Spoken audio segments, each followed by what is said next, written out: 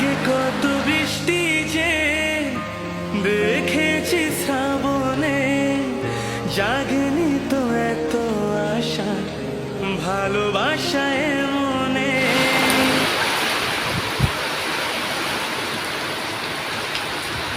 এই রকম ঝুম বৃষ্টির মাঝে আমরা লেগে পড়েছি পেঁপে ভর্তা করার জন্য।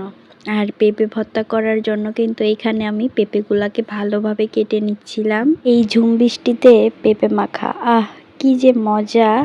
আর এইখানে কিন্তু আমি পেঁপেগুলো কেটে ধুয়ে নিচ্ছিলাম।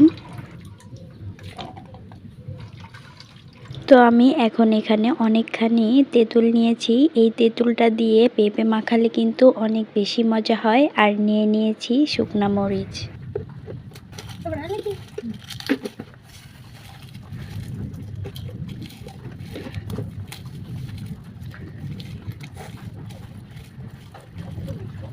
সামান্য একটু লবণ দিয়ে তেঁতুল আর মরিচটাকে ভালোভাবে মেখে নিচ্ছিলাম।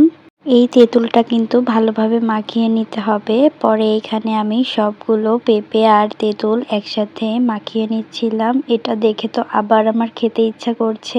আসলেই কিন্তু এই মাখানোটা খেতে কিন্তু ভীষণ মজা হয়েছিল। আর দেখেই তো কি লোভ লাগছে, তাই না বলো? তো আমরা সবাই কিন্তু এই ভর্তাটা অনেক বেশি মজা করে খাইছি। আর এটা কিন্তু আসলে অনেক মজার ছিল। এই ভর্তাটা দেখে তো আবার আমার খেতে ইচ্ছা করছে।